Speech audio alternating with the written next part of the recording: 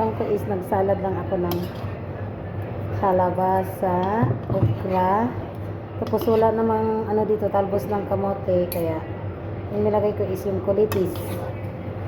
Tingnan nyo guys, nilagay ko siya ng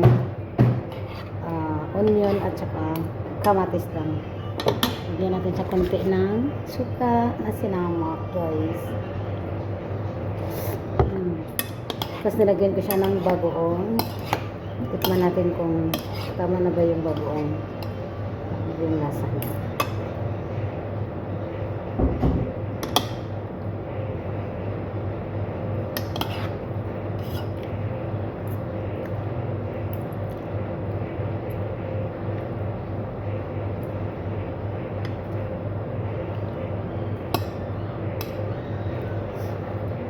Manamis-namis.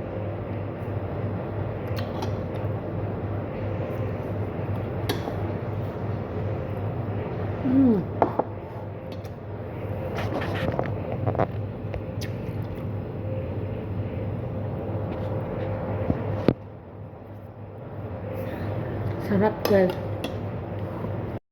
Tapos may sardines ako. Hindi guys.